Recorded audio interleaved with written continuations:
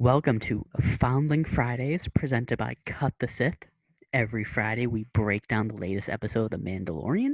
Today, we'll be discussing the Season 2 premiere, Chapter 9, The Marshal.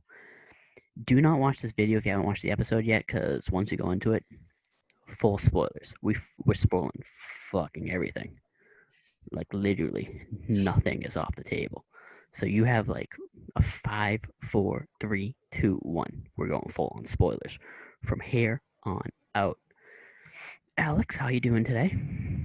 Doing very good. Very pumped. Young Steve. I'm very excited to be here. That was a solid episode, and I can't wait to dive right in, start talking about it. So before I get to Ryan, we all just Wow. Okay. no, because this has to do with you, Ryan. That's why. So we all just got done watching the group watch together, and the reason why I stopped before going to Ryan, I believe this was my third time of the day watching. It was Alex and Steve's second time. I believe the group watch was Ryan's first time, right? That is correct. I was not going to spoil myself. So Ryan's coming in fresh with the hot takes. I've watched it 3 times. I've gone down YouTube Easter egg videos all day. I spend all day at work. I've decided. They have those already? Yes. Oh, yeah. And I've dissected waste the no entire time. episode already. Yeah, I was about to say, I feel you, Colin. Was it the 61 Easter eggs you missed video? No, I didn't know there's that one. I'll watch that one after. Oh boy. But first off, right off the bat, the longest episode of the series by far. I'd be okay with others were that long Me too. Yeah. This is my biggest disappointment. I was so hyped for The Mandalorian when they first announced it, and when that first episode, season 1, episode 1, dropped last year, I was so disappointed because I think the episode was like 32 minutes long, and I'm pretty sure The first episode I want to say was like 40 something, but then the second episode was definitely 32 minutes. Yeah, you're right. the second episode, if you cut out the ending with just like the art pictures and stuff, or I don't know what the hell to call those, but just Concept art. like the concept art during like the credits, because that's like 5 minutes every episode. I think the second episode, because I think it was like 23 minutes if you cut that out. You cut that out in the recap. So, and I think the longest episode of season 1 was only like 46, 48 minutes maybe. And this one, 54 minutes, episode 1. And it's fucking Monster Hunter. Like this was I texted this to Ryan. I don't know if he even saw the text because he didn't reply to it because I thought it was Probably a great not. text. I thought it was a great text. Me and Ryan, back when Monster Hunter, I think it was 3, was on the 3DS, we used to just hang out in the Sheraton and Marriott lobbies and play fucking Monster Hunter all day. I was like, when Good Cobb, Wi-Fi in there. when Cobb Van't, spoilers, Cobb Vanth's in the episode, and Din Djarin are just fighting the crate dragon. I was like, this is like when me and Ryan used to play Monster Hunter, because that was legitimately, that's what the Monster Hunter movie should be, not this weird Monster Hunter movie we're gonna get that's gonna be terrible.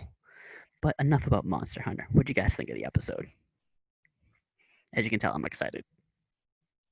Oh, okay. So I don't get an introduction. I got it. I introduced you last time. I said Everyone, this is Ryan. this is Ryan's first Hello. time. That was your Hello. introduction. Hold on. So, start off, I'll echo the Monster Hunter comparison. Secondly, that dragon is a lot bigger than how they portray it in media. Oh. Colin will probably say it's not Kanan Ryan. You're gonna But bring it- Knights of the Old Republic because Yes, a lot in of people Knights are of the bringing Old that up. Republic, it is like minuscule compared to what is Well, in this episode. I think that's why Cobb Van't mentions during the episode. He goes, "Well, that's not to scale because you Legends people know of it being much smaller, and that's why Disney was like, you know what, we're gonna make this like fucking huge." So that's why I think Cobb Van't was was throwing a little shout out to the Legends guys. Played Probably, some Knights of the Old Republic when he was like, "Well, that's not to scale. The thing's not that big." Another cool reference was the pearl that they got at the end. It was also in the noticed Easter pearl. egg video I watched. Mhm. The crate dragon pearl. Very valuable. Also could be used for lightsabers. But Yes. Yeah. I'm surprised Ryan didn't heart react the Pearl. I was watching reactions. I was judging what you people reacted to. What Colin was taking notes. You were probably just sending laugh reacts every time I got mad at someone bullying a Tusken Raider. So Well, that's because Colin's a bully when it when comes the to Tusken Raider and Cobb Vanth are arguing, me and Steve are going back and forth with the laughing like I'm just a like, mad- no, don't bully the Tuskens. And you're like, lol. The reactions are the best part of Group Watch. It's true. There does need to be some more variety in the reactions, though. Yes, Six there is not does. adequate enough to express the full plethora of emotions I feel every time I watch an episode of The Mandalorian. Every That time being said, I felt a lot of emotions tonight watching the show. It was great. It was a solid episode, solid entertainment. I love all the little touches and the little developments to the Mandalorian's character. I love the fact that he is kinder to droids from my boy IG. I really appreciated that at the start of the episode, him not giving the pit droids shit and being like, no, it's okay, like they can work on my ship, it's fine. I also really appreciated, and I texted Colin about this, like the kinship that he had with the Tusken Raiders, given that like the Tuskens up until this show have been portrayed as like aggressive, ruthless, and vicious, like Mhm. nomadic warriors. But in this show, you see that there's a lot more depth and that they're actually pretty chill and can be communicated with. And like he's chilling with them at the campfire, he's playing with their dogs, and like he's able to barter a deal with them and whatnot. And I really appreciated that, like the Mandalorian himself being a part of a tribe of people that are kind of outcast warriors, kind of pushed away from their own home, and they don't really have a place in the galaxy. The Tuskens are like that, but like on their own planet. There's not really a place for them on their own planet, it sort of feels like. So I really appreciated the parallels and the kinship that he shared with that group. I agree with that 1,000%. I was saying it also to Colin earlier that whenever now I feel like it comes to the Tusken Raiders, especially in more so in this episode than anything, it's kind of like cowboys and Indians. Mm-hmm. You know, that old Western trope where at first they don't, you know, they're enemies. In the Marshal is talking about, you know, how they had raided them and Excuse me, they his had name is lost Cobb Vanth. lives. Well, I like to refer to him by his official title. that he gave The himself. Marshal. Hey, whatever, man. When you have Beskar, you can name yourself whatever the hell you want. But echoing Steve, yeah, I loved that. I love that they're finally shedding some light on the Tusken Raiders, and you know, it's not just Anakin slaughtering them like animals. Anakin So- had a reason. Was kind of hoping they'd mention that at some point in the episode. Like, hey, there's this one Jedi that wiped this all out not too long ago. Why should we trust you? Yeah, why doesn't he ask the Tusken Raiders if they seem like people with like force powers? I wonder if maybe that might be something they could have talked about, like at the campfire, perhaps, like when they were doing his little travel montage to get to Maz Pelgo in the first place. Because Maybe they're definitely aware of old Ben Kenobi. they're aware of Anakin Skywalker. Yeah, that's for sure. So I don't know if Anakin Skywalker had that Thrawn ascendancy mentality. No survivors. I imagine that he's probably become something of a legend for the Tusken Raiders, like something that you tell your kids like to scare them at night into behaving or something. But Careful, the Jedi's sleeping under the bed. Oh, all of a sudden he's gonna ignite that lightsaber. Sort of like a Women and ghost. the children. He's the boogeyman. So how scary was that crate? Could crate dragons always shoot acid? That was awesome. That was I don't wild. remember that part. It looked. Yeah. It was like it burped up its stomach acid. It was Yeah, great. like at first I had no idea what it was doing, and at first I was like, did it just sneeze? And then you see everybody melting, and I was like, oh, so it's not a flame-throwing dragon, it is an acid-spitting dragon, and I can get behind that 1,000% because that I was do know they have venom, so that's what I was thinking that was. Not so much stomach acid as it was venom. Mm-hmm. So Also, no- I'm gonna.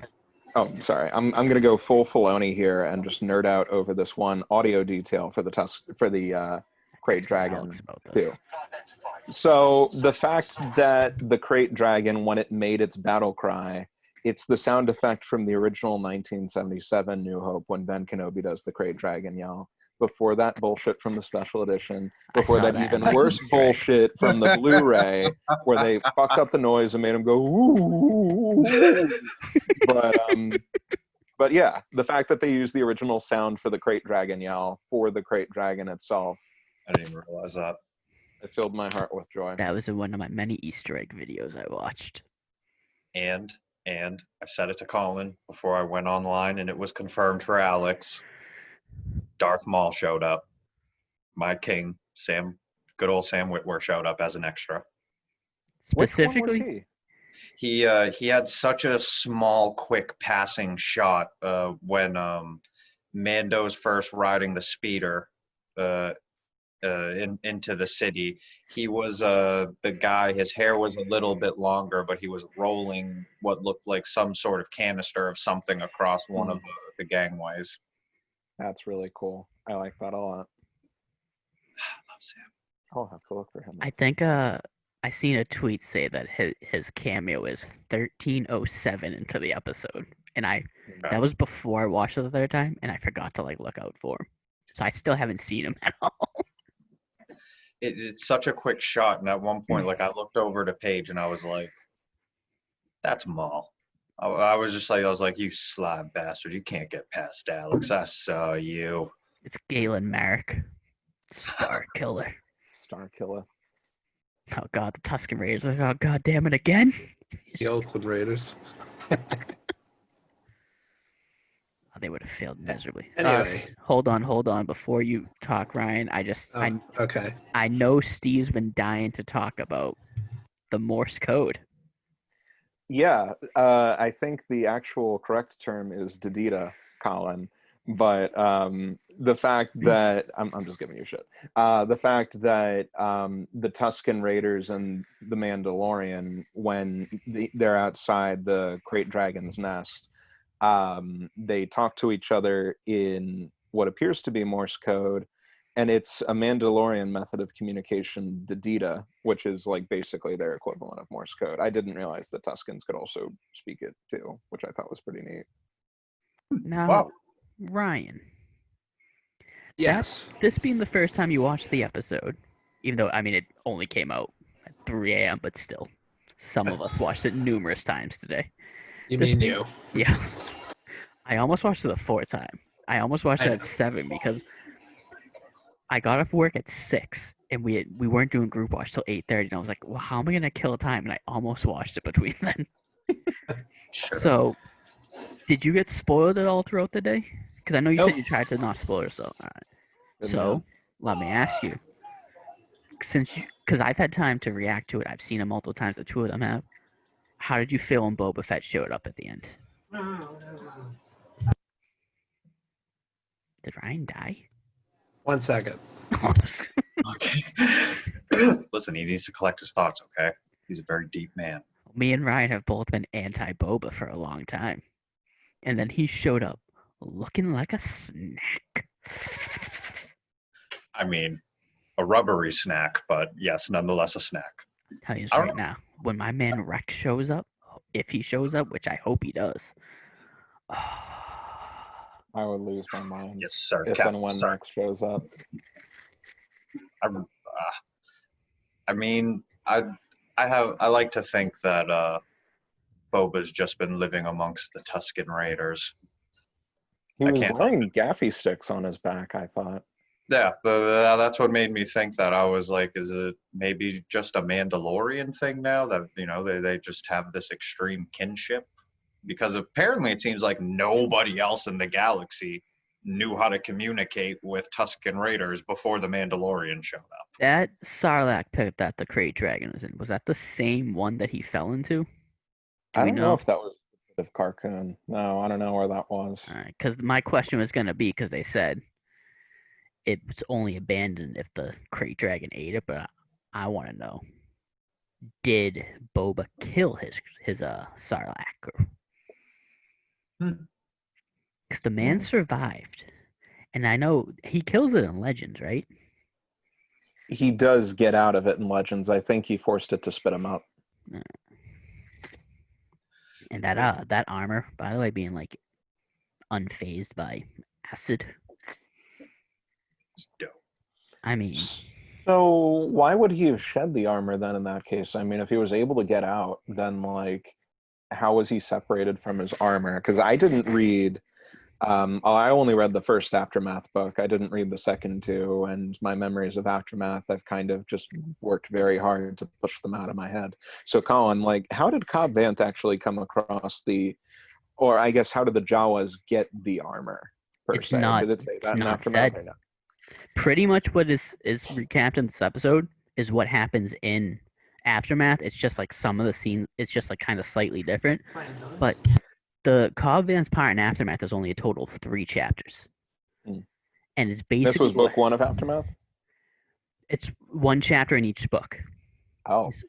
So there's 1 interlude chapter in each one, and it's basically basically what's recapped in the flashback. Bandits take over the town. The Jawas have the armor. It's never explained how they get the armor. It's never specifically said it's Boba Fett's armor. It's just told that it's like basically salvage armor from a They're Sarlacc pit. Jawas. Of course they're going to get something. Yeah, so you assume it's Boba Fett because they say it's like armor that they got from the Sarlacc pit. But that's all you get is a hint that it's Boba's, and they never tell you how they got it. Then he trades it with them, and he takes back the town. And in the book, I thought he made himself sheriff, but in this, he's the marshal. So, Also, to answer your question, I'm not going to give you an answer because I don't think it's Boba Fett. who do you think it is? That's what I wanted to get to too, because Dom thinks it's Rex, I believe. That's what I was thinking. But my other thought process is like, he doesn't look as old as he should be. I think.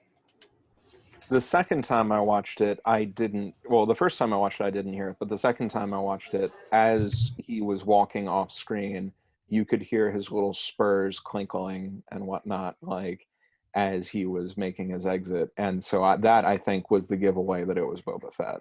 So I'm glad you brought that up. Mm-hmm. Because when we were talking, when you first started the episode and Cobb Vanth showed up, you messaged me right away and goes, you were right, because I said it was Cobb Vanth at the end of episode 5. When you finished the episode, and I said to you, I go, it wasn't Cobb Vanth. It's very clearly Boba Fett at the end of episode 5. Because Cobb Vanth doesn't have the cape, and Cobb Vanth doesn't have the spare sound. Boba Fett had a cape and the spare sound in this episode. Mm-hmm. So that was, if it's Boba Fett, whoever that is, if it's a random clone, that was the character, the mysterious character that showed up. It is pretty remarkable how something as simple as just like, sound design can really add to the character and like make it such an identifier. Like, even if you don't see their face or anything, you just hear their sound and you're like, okay, this is who it is. So, Ryan, as a fellow member of Team Fat, are you annoyed every time they open up these ice cream containers, there's no ice cream in them? Very upset, actually. Who wants like shiny crystals? It's like a galaxy full of ice cream containers, and there's things like crystals, credits. You said that, like, what? One of these episodes, they have to throw ice cream in it because they've had one of these things in every season. One of them's gonna just be randomly ice cream, and it's gonna be, and I can't say that on YouTube. I am gonna do some happy things, like eat some ice cream. You know, it'd be great now that you mention it. what's that? If they had Wilro Hood make an appearance. I would love that if Wilro Hood showed up in the Mandalorian cinematic universe. Especially if he's just All this funny. talk about ice cream containers, Getting back to Boba real quick, and this is just a weird thing I noticed the second time we were watching it. This may sound stupid, but I don't know, it was just a weird detail, and I feel like there's no details just for fun in the show. He had no eyebrows and no hair whatsoever on his head. Like, it was primarily scars, but there was absolutely no 5 o'clock shadow. There was no eyebrows, and obviously there was no hair on the top of the head. I don't know why. That detail just oddly stuck out to me. So there is a couple. Scars too. There is a couple things I wanted to say about Boba Fett. So this is when back when me and Dom were messaging about, because he was the only person I knew that watched this episode before 7 p.m. basically. Me and him both watched it like right in the morning. Like I watched it at 6:30. He messaged me around like 8:30. He was like, "So what'd you think of the episode?" So me and him were messaging back and forth about it all day. When we were talking about if it could be Rex, because he brought up, he goes. The second I heard them mention that the Boba Fett's armor, because we knew Boba Fett's armor was going to be in the show, because people saw Timothy Oliphant on the set wearing the armor. It was never confirmed who was playing. That's why I assumed he was playing Cobb Vanth. When he was talking about that, he goes, I wouldn't put it past them to do a double fake out with Boba. Like they faked this out the first time with Cobb Vanth, and then the Tamara Morrison ends up playing like someone like Rex. And then we were like, theorize, and I was like, it could be Rex because he could be working with Ahsoka and hearing stories and Sabine's a Mandalorian, so Ahsoka's an ex-Jedi, and now he's hearing stories about a Mandalorian traveling around with a force-wielding child, and he could be like on the lookout for them. But then Dom mentioned that he thinks it's Boba after we had that conversation because he has the same gun he had from the Droids cartoon. Never seen the Droids cartoon, so I've never seen that either. I'm just gonna honest. go to Steve with that one. Yeah, he did have the same gun, I believe. So yeah, and with the spares sound, that's only been used for Boba. So that's why I'm not gonna go 100% because I do think like John and Dave would be the type that just like pull a fast one over you. But I'm gonna say it's like 85% Boba. See, the other thing too, the fact that the climax of the episode ends with the Mandalorian allowing himself to be swallowed by this giant beast, only to be like, surprise, I'm alive and everything's fine. That's like a really good foreshadow for the Boba Fett reveal too. Like that could add to the fake out as well. Do you think we'll see any more of Boba this season, or do you think he won't show up again until season 3? I kind of hope he shows up a little bit more. I feel like now that he has the armor, he's gonna try and get it back at some point. When my fiance and I were watching the show originally, she was a little she'd been speculating too that like maybe he would leave the armor with Vanth and be like, well, you've earned it, like you fought well and you deserve to wear the armor or something. And I wouldn't have been surprised if that happened, but I guess it made sense that he was just like, yep, I did the thing, give me that armor back. So I believe that there's a very strong possibility that Boba's going to come back for the armor at some point. I can't wait till he confronts Din, and Din's like, "Who are you?" And he goes, "Boba." And Din's like, "Boba who?" "Boba Skywalker." Oh, stop it. Stop it. Don't bring that into here. This was a safe place until that. Steve's about to sign off. Steve hasn't left the chat room. Honestly, I now this might be a crazy idea, but I think that there's two things. I think there's a big chance that Boba discarded his armor himself. Yeah, see, I think he did too. Yeah, there's just something about it that just says to me, whether it be for hiding, whether he's got himself into some sort of massive existential crisis. I wouldn't see him just leaving it, or not with him. I would be in one of those crises too if I was beaten by a blind guy. I was literally just going to say what Ryan said. I honestly think Boba doesn't feel worthy to wear the armor because he was supposed to be the most badass bounty hunter in the universe. He got hip checked by a blind dude into a Sarlacc pit. Yeah, he escapes, but it's like, you know what? And then the Empire is gone, and so that's like a large source of his income's gone too. So he's probably just like drop the armor, and he's like now like just some wanderer who's probably just like hunting and he's probably just surviving. Yeah, he's probably literally just like hunting and only hunting for survival, not even taking any bounty hunting jobs, just living alone in the wilderness. Yeah, and my other thing too is Now this one's much more of a hope.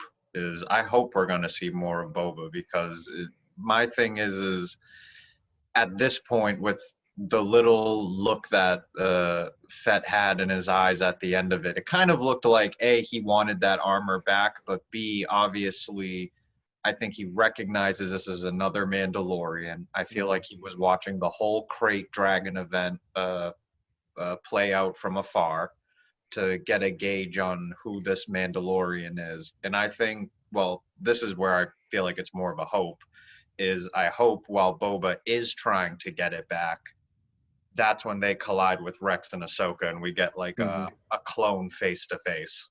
I And don't it's know. I think that'd be so fun. another reason I'm gonna say that he didn't really give a shit about the armor, because I think Din's probably the first Mandalorian he has seen since then.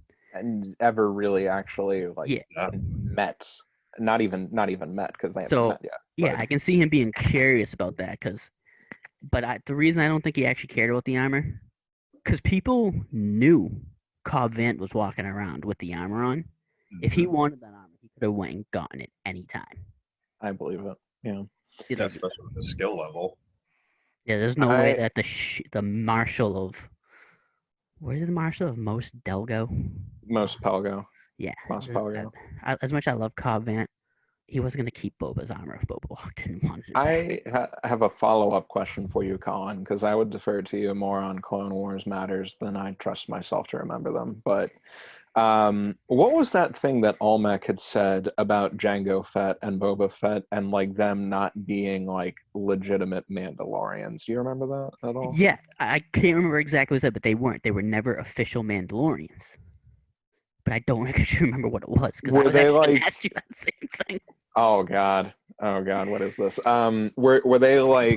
See, I'm wondering if they were like, basically, if they renounced the ways of the Mandalorian and like just went off to do their own thing. See, and, I don't know how Boba got his armor, but didn't Jango like steal his armor or something? I would imagine that Boba got his armor like from Jango's corpse. That was what I had thought. Oh, is that what it is? Because like the color is different. Is that just because it's I thought he'd repainted it. Oh, that makes more sense then. Mm-hmm. So hold on. You guys keep talking. I'm looking up right now. All right, so I'm just gonna go with something that I found very odd. The speeder bike that he was riding kind of looked like Anakin's pod racing engine, and I thought that was pretty neat.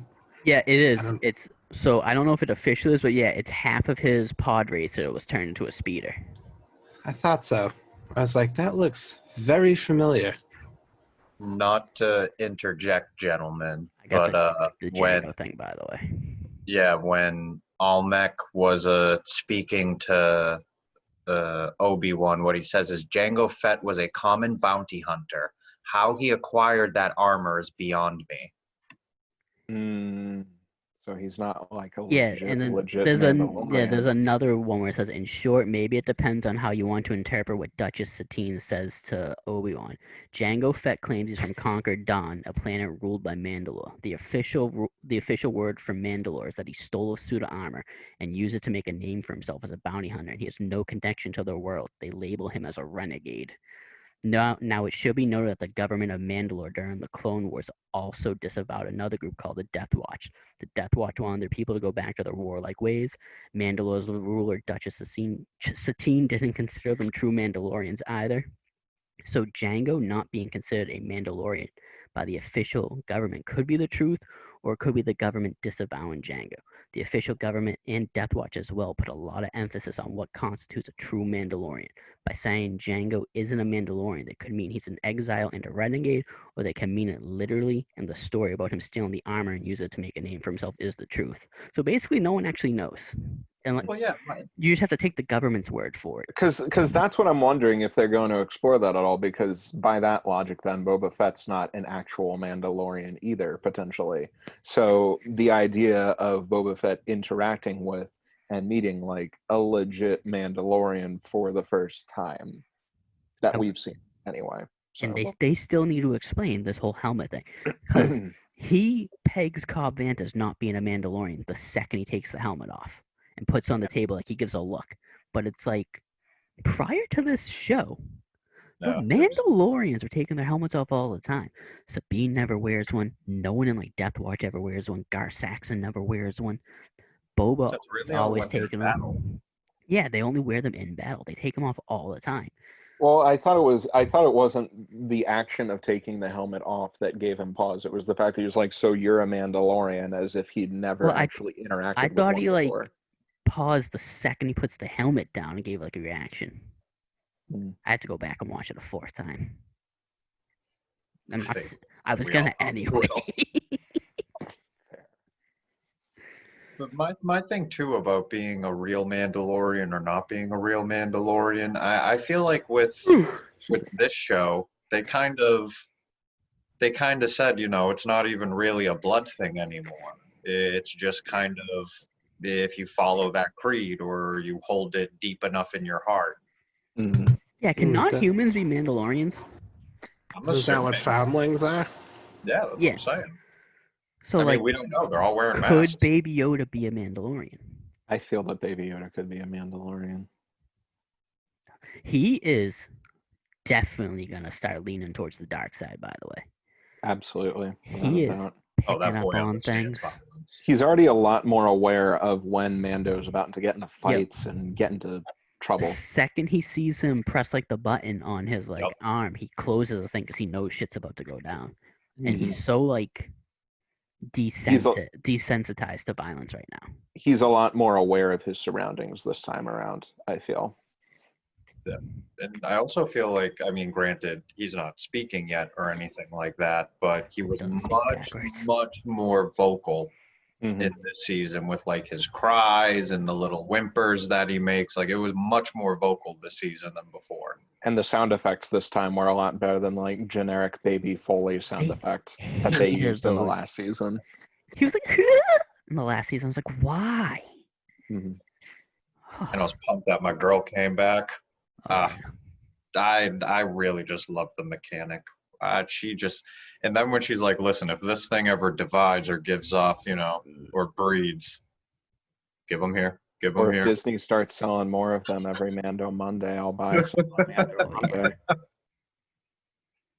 Mando Monday is just too much of a pain.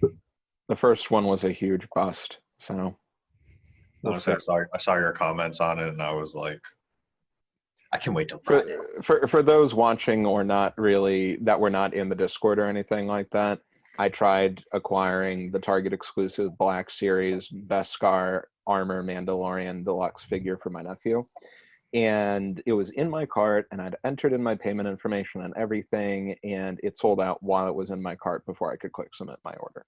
So thanks bots. That was His great. face is so weird on that one. It is, but still, that's so fucked up. It's like if it's in your cart, then it should be taken away from I the said this to inventory Steve when he list. first told me about that. I go, they got to do what Ticketmaster does. When you add something to your cart on Ticketmaster gives you 7 minutes to purchase it, so no one else can grab it. That's what Best Buy did when they were doing console pre-orders, they're for Xbox and everything. Target's letting you put things in your cart that other people have in their cart. If you have an inventory of 200, when the 200 go into someone's cart, you shouldn't be able to add anything else until like those 7 minutes are out and it's back out. And it should be like a limit per customer too. Definitely. Also, I don't think the toy should have.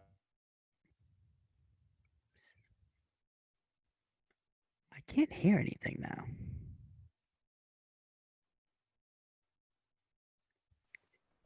Hello.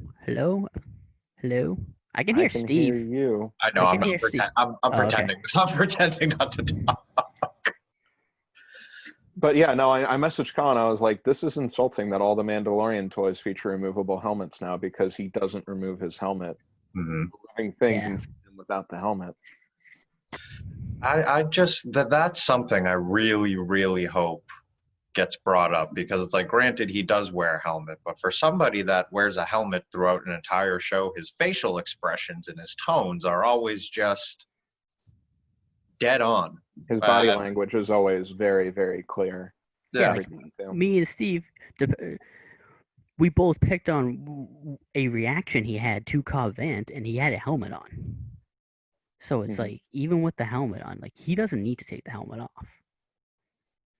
And honestly, he looks cooler with it on. I know I'm I- a big Pedro Pascal fan, but he looks badass with the helmet on. I love Pedro. He's so good. They definitely had Cobb Vanth with the helmet off for most of the episode because he has remarkably amazing hair. Yeah, that I forget his real name, but I really like Timothy that actor. Oliphant. Yeah, How I he didn't really have like helmet hair for the whole episode is beyond me. Because he's perfect.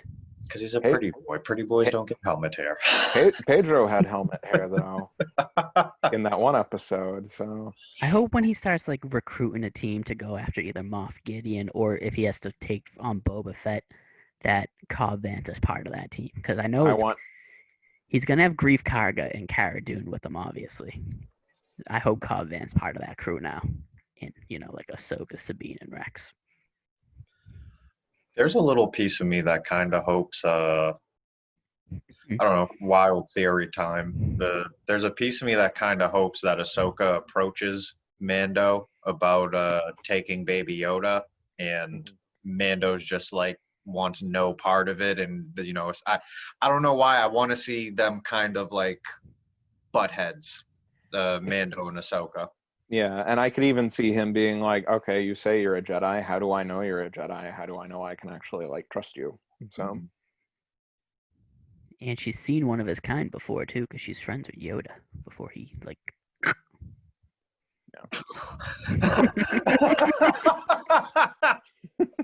Listen, he's He dead. probably had one of the most peaceful deaths in the entire saga. just like Jesus Christ, Luke, let me die already. I'm trying to go to sleep. It's like, man, I'm 900 years old. Can I just die already?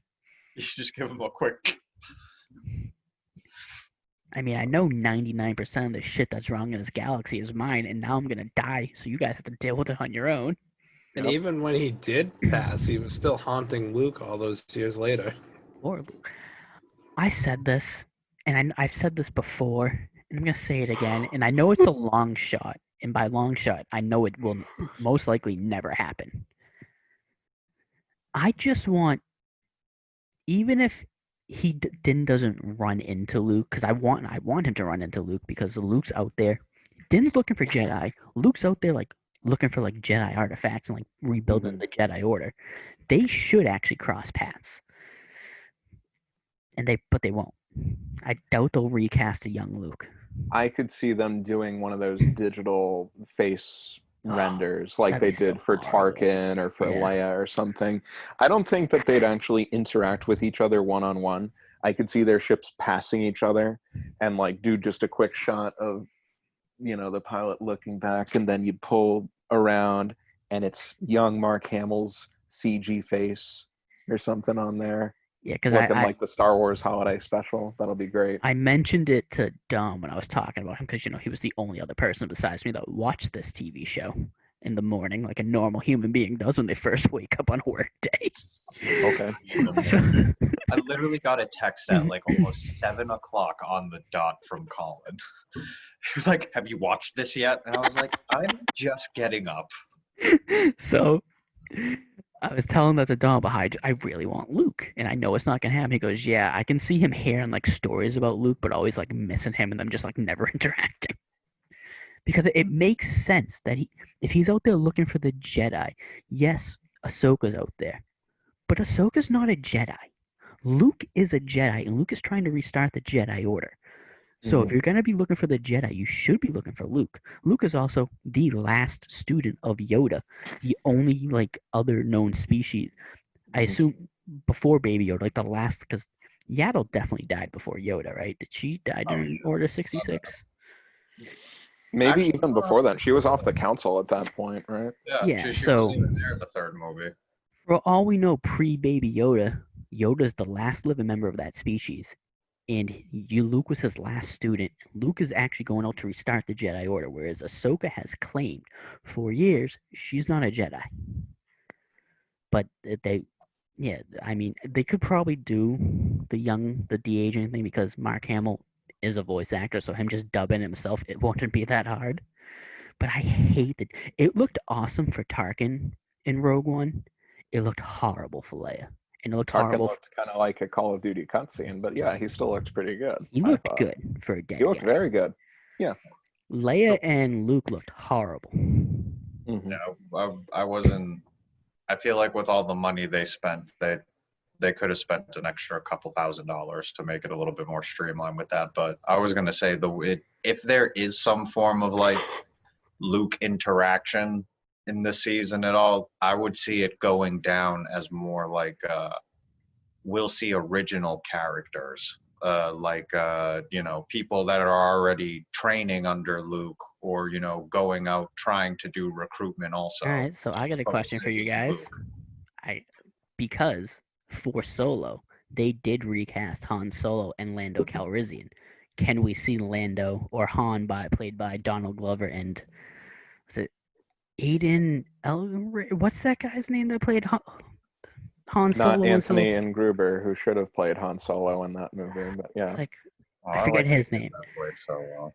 I've Not him, apologized so- to the actor, but I forgot his name. But if him or Donald Glover show up as like Han or Lando, because they That could. blows my mind. Yeah. Alden and I knew it was Alden. I can't pronounce the last Yeah. name. Yeah, Super I'm German. sorry. Every time you were saying Han, I was hoping you were going to say Hondo Onaga.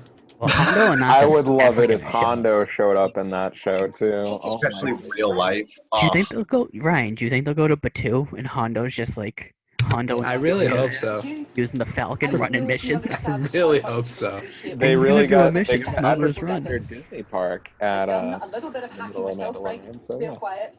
It would be great to do an episode in Batu because at Galaxy's Edge there is a ride called Smuggler's Run, and it's Hondo borrowing the Millennium Falcon from Chewie, and you are like running a smuggler mission for him. So they did episodes like that last season. You could do an episode on Batu with Din doing a job for Hondo and fucking them using the Millennium Falcon. And just Hey, completely Hondo advertise isn't it. smart. Hondo isn't smart. Like he's running a legitimate shipping business. He takes all of your credits. No, he only takes the credits if you mess up the Falcon. They can go to Doc Ondar's and they can go to the Black Spire Cantina and get some Wookiee cookies and all that good stuff. So yeah. I mean, people on Dark Ondars probably know some things about some Jedi. He has Jedi artifacts that he's selling. They're going to Batu. Going to Batu. That's it. It's gonna be awesome when that episode shows up because me and Ryan didn't say anything, and you just see me and Ryan in the background of the episode. Getting hassled by the First Order stormtroopers. Me, Ryan, and Neil Patrick Harris. Just walking together. Did So- you? So wait, you mean? Oh, we're actually going to be in it. I thought you meant someone's going to play us. No, we're gonna be in the episode. We're gonna be extras. When we go to Disney, we're just gonna be extras in the episode. And then at the end, when they run into Ezra and Thrawn, Mandalorian can be like, "Hey, Grand Admiral, you dropped this," and it's his Mickey ears that he got back during Thrawn Alliances when he went to Batu with Anakin Skywalker. So they should just really hand the keys over to me. So, Dave, John, if you guys are listening, And then I'm right I here. show up in my red face paint, like Red Chiss attack. Talk. Well, you'd already have the blue eyes, so. The red chiss ascendancy. Did you guys notice in the opening shots while Mando's walking through the alleyway to the fights? Did you notice all the graffiti? Yeah, we did. My fiance was actually really picking out a lot of the details of the graffiti too. Yeah, because I wanted to give it out. One of the little graffiti details looked like a gold 3PO unit, and I couldn't help it. I started jumping up and down, and I also noticed a lot that it didn't necessarily look like stormtrooper outfits, the graffiti on the walls, because some of them had like the classic like red circle with the line going through it, but it looked more like some First Order troopers as opposed to your run-of-the-mill stormtroopers. But Was then the again, it was bit of graffiti. Ren on the wall too, maybe? That I didn't notice, but there was a real lot. And whenever I see artwork now, I just think of Thrawn saying, "Analyze it." Can learn a lot about a culture through artwork. You Did really they mention can. what planet that was? I have no idea. Because it Those are reminded me of Narshada. How grungy it was. It did. I mean, the guy that they were talking to when he was interrogating John Leguizamo, he said that he worked for the Gotro. So, like, I imagine it's some sort of like criminal syndicate underworld. So, it did look Narshada-ish, but I don't know if it was Narshada. That would be a nice throw to Knights of the Old Republic. Honestly. They're getting one step closer to just making KOTOR completely canon. Please. I Random mean, good news. Revan's that would- canon, and they keep taking little snippets of it and making it canon. Like even who were that group in the New Dawn book? Because they were from Oh yeah, the acolytes. I no, not them. The slavers. Oh, That company. Circa. They were the Circuit Corporation. yeah, they were from. So they keep taking little bits from it and making it canon. Revan, they keep like hinting that he's a former Sith Lord and all these different like visual guides and shit. In If that they one wanted- Star Wars. Oh, go ahead, Ryan. Sorry. I was gonna say if they wanted to make a little bit more another sort of reference, they could have made that mining what was it, collective or something? Like Circa agents or something. That would have been neat. I would have loved that. In that movie that must not be named, I know that in the visual dictionary for that book, one of the final orders, was it the final order or the Sith Eternal? They had some subsect of people that were referred to like the Revan unit or something like that, right? Yeah, and people, but I haven't read the visual dictionary, but I've seen some videos of it online, and some people were talking about how in Exegol, the like while good old Benny Boy is walking through one of the statues, like one of the massive statues there is in fact Revan. And I also read that somebody said one of them kind of looked like Nihilus too. So I really hope so. I'm gonna have to double check that now. Because that would be a great reference. Little Easter egg. Especially Nihilus. Like let's Exactly. not sit here You and get it. pretend that let's not sit here and pretend that he wasn't one of the scariest MFers around. You can destroy an entire feel planet like- just by talking. They'd probably save KOTOR for a movie, right? I would really hope so. I don't want it animated. I need it live. That's what I was gonna say. Is like I wouldn't. I guess I wouldn't necessarily mind it being a show because I guess you can have more longevity and play it out. But like I feel you, Ryan, on that. Yeah. Like, I don't. Well, I want it- wouldn't mind a TV series like. I wouldn't mind that, or a comic book even. I know If that it's a Parks movie, had it's one, got to be too. live for me. I Well, think even as a show, I'd want it to be live. I think now that they're like away from the Skywalker saga, they could go any fucking direction now, which is good. Because like I've been saying, once they go past episode 9, I don't want it to be like another like 30 years or something. I want it to be like 200 years down the road. And Old Republic is like 1,000 years in the past, so I'll take that too. I don't mean, want it to be close to the Skywalkers at all. The Skywalker saga is done, so I don't want it. I want this thing to be so far removed from the Skywalker saga that either the Skywalkers weren't even a twinkle in their first ancestor's eye, or it's so far in the future that Rey's grandkids died of old age by then. Mhm. Because I want us to move on from them. And I would love KOTOR as just a straight up trilogy movie. Or you know what? Honestly, just remake the games and make the games canon, like Jedi Fallen Order is canon. Also, I need a third game. Just because they that too. keep hinting at it. Well, they were hinting at it, and then it's like, yeah, we're not doing it. We'll make the MMO instead. And no, don't get me wrong. To anyone who likes the MMO, it's all right, but it's not the quality that the KOTOR games were. Even though 2 was a bit sketchy, but that's because they rushed it. Microsoft wanted it out for the holidays. I'm very, very hyped for High Republic. The more we talk about KOTOR, and about Star Wars moving in new directions away from the Skywalker saga. That's why I'm just like, I need High Republic in my life right now, because I'm ready to move to a different era altogether and just focus on a new set of characters, fall in love with a new set of characters, find new bad guys to be like, wow, that's so awesome. I really Can't want wait. toys of them. Yeah. I can't wait for that new character Yoda that they're going to introduce in it.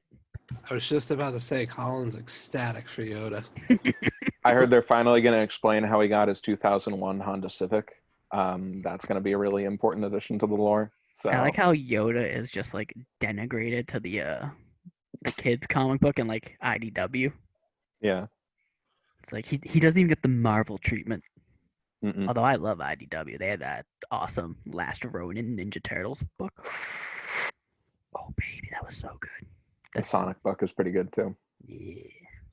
Truthfully, I honestly, it's like, obviously, like everybody else, I'm super excited for the High Republic, but I just really thought it was going to be further back than just a couple hundred years. But like, I really thought they were gonna Well, that's give the us Old like Republic. a big leap.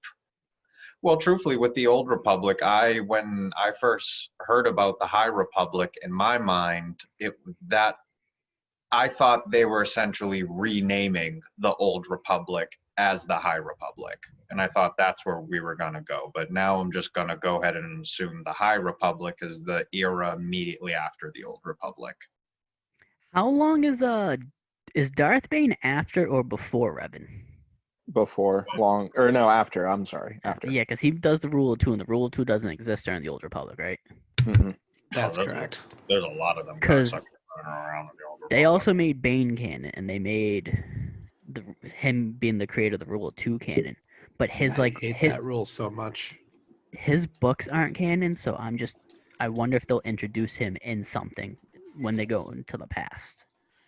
Because the only real speaking about it they do in live action, because in Clone Wars doesn't Yoda confront like the specter of Bane while he's talking to the Fates or whatever they call themselves.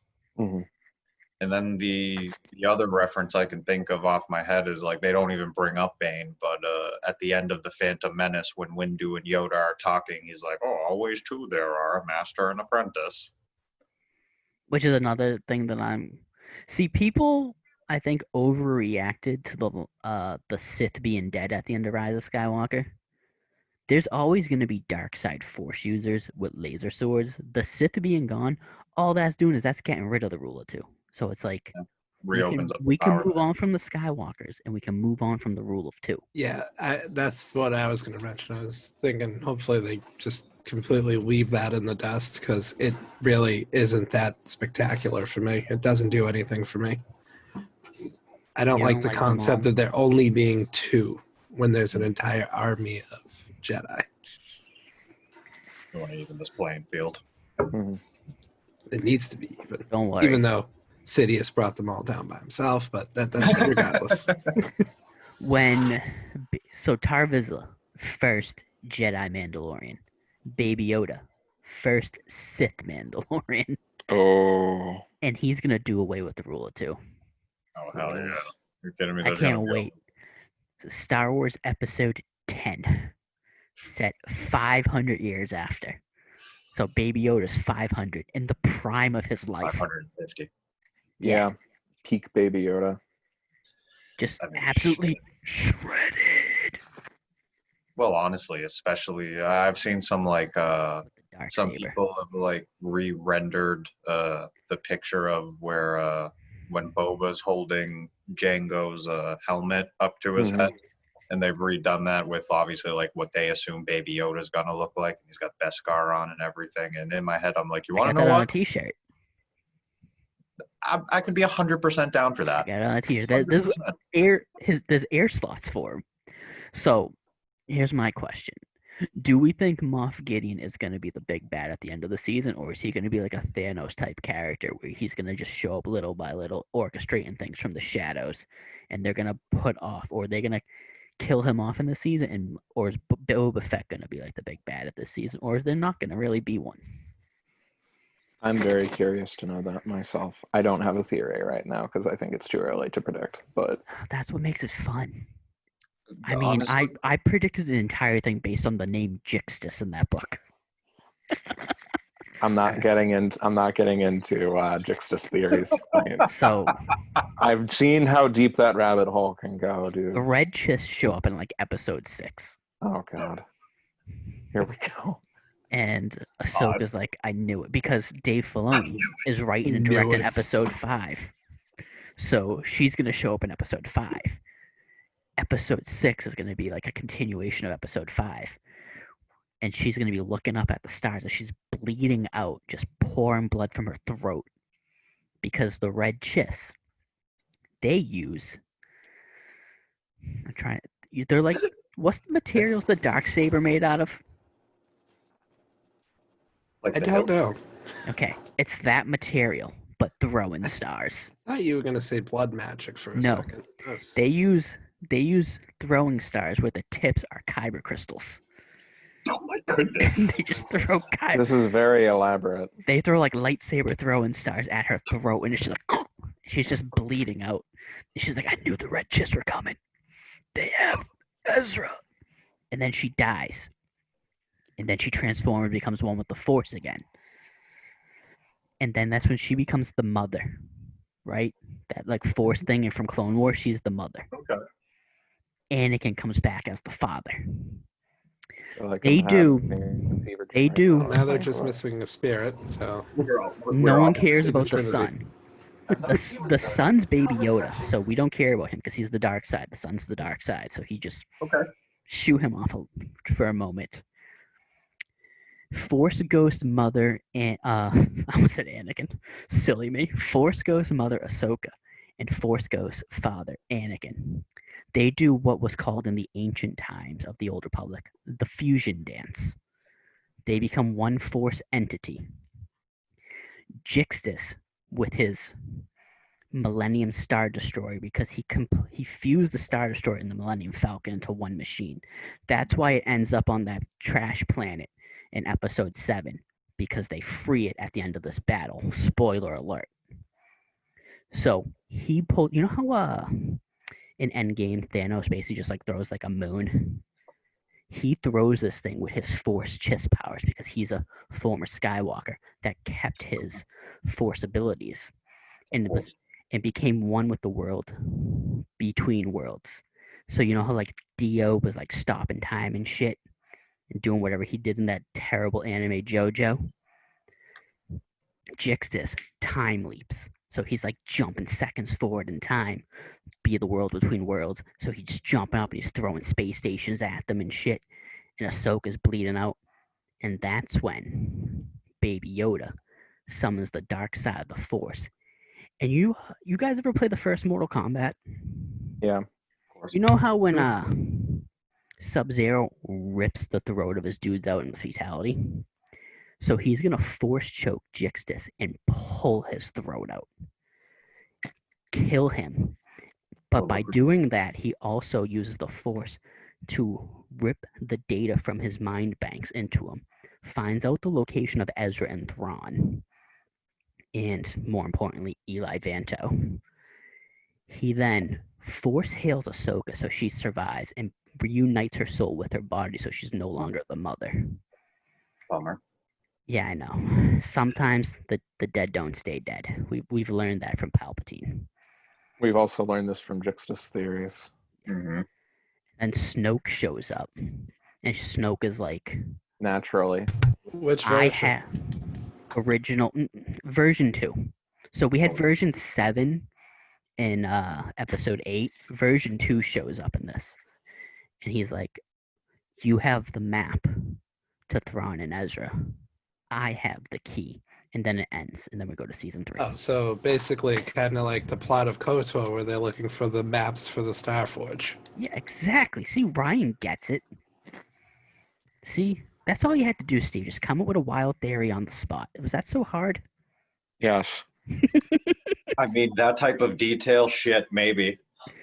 Well, I told Ryan we were going at 10:30. It was 10:27, so I wanted to make sure we got to 10:30. It Anybody was a got very anything good else? time filler. It was worthy of legends.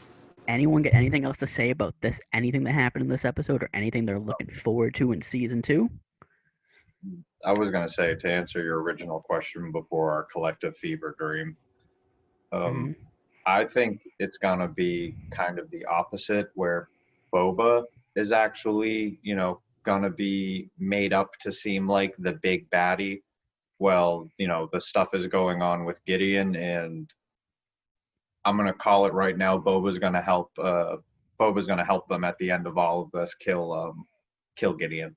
Who gets the dark saber after Gideon dies? Boba, Din, Sabine. Jin. I think it's going home. It's got to be Din. Gets it. Gives it back to the armorer. Yep. She beats the shit out of him as a thank you. Will this show, if Ahsoka, Sabine, and Rex do show up, will it lead to a backdoor pilot for a live-action Rebel sequel? Are we going to do the Rebel sequel animated still? Or was never confirmed it was going to be animated, but will there be the Rebel sequel be animated, or will this lead to the fact they're going to do a live action? Since they already cast a high-profile actor as Rosario Dawson, if you believe, I think it was the Hollywood Reporter that reported it. They don't make shit up. So it's basically confirmed that Rosario Dawson's playing Ahsoka. So if that is true, you cast an actress like that to play that character. You're not really gonna do it in a one-off episode, right? So will the Rebels, is there gonna be an Ahsoka live action series, which the plot of the series would be looking for Ezra and Thrawn? But here's the thing, going off of that, would there be too many of these same searching for episodes? Because you have Din looking for the Jedi or the Yoda people, and then you'd have Ahsoka and Sabine looking for Ezra and Thrawn. But then again, it's a big galaxy, and we're always searching for love. It's true. I guess I don't really mind the whole idea of searching, or like that being like the central plot line, or not even the plot line. I guess the whole idea of moving the plot forward is searching for something. Like, I don't really mind that. I could watch it all goddamn day, truthfully. Who am I kidding? Anybody got anything else? Any other ideas of where the season's going or anything? I really final hope to say? for next Mando Monday they make little toys of the Tusken Raider dogs. That's really all I want out of this episode. They're awesome. Those Tusken puppers. I got one more thought. Yeah, do it up. I'm trying to send out a text. So we have Boba, but where is Bosk? Just gonna throw that out there. Hold Yes, on. we need some Trandoshan representation. Do you want to hear what Dom mentioned to me in a message earlier today? Because Please be my guest. he's the only person that actually watched it besides me. Yeah, it's 6:30 in the morning. Listen, I had work at 7:30. I specifically woke up an hour early. So he said, hold on, I'm just gonna search the message because I'm gonna read it word for word. Okay, he goes, I'm waiting for Dengar and Boss this season 2. They broke the bounty hunter code. Would make sense to send 2 veteran hunters after them. So do you think Bosk is going to hunt down Din? Since Ryan does want to see him. That'd be dope. Would he hunt him down with Boba? Because they were like bros in Clone Wars. See, they were bros in Clone Wars, but a couple months ago, I bought the bounty hunter code. There's no love lost there. Bosk actually really doesn't like Boba. Well, none of them like each other. It's all for like the end goal of just getting rich. Let me tell you. And like, you know what? Throw some Dengar in there. He doesn't get that much love. Like the saying goes, you're rather the devil you know than the devil you don't. So if Bosk is going to team up with someone, it's going to be Boba because he knows Boba. And they both Or how about Bosk and IG-88? I would lose it if IG-88 showed up. I don't know if he will, but... Oh, that'd be great if especially Boba's the one that ends up saving Din from that situation. That'd be great. Mm-hmm. They already have the IG sort of body type they can use. Mm-hmm. They have the asset already. Just bring them in. All right, fam. So that does it for the premiere of season 2 of The Mandalorian. Be sure to join us next week as we break down season 2, episode 2, chapter 10. I don't actually know the official title for it yet. I probably should have looked them up. I don't know if they have all the titles out for all the episodes yet, but we'll know the title next week. Like the video, comment on the video, subscribe to the channel, leave your Jixtus theories. Follow us on Twitter, twitter.com/cutthesith, Instagram at instagram.com/cutthesith. Join the Discord. Link will be in the description below. This is the way. Hold on, I actually can't find the stop. Oh no, that's my video. I can't find that end of recording.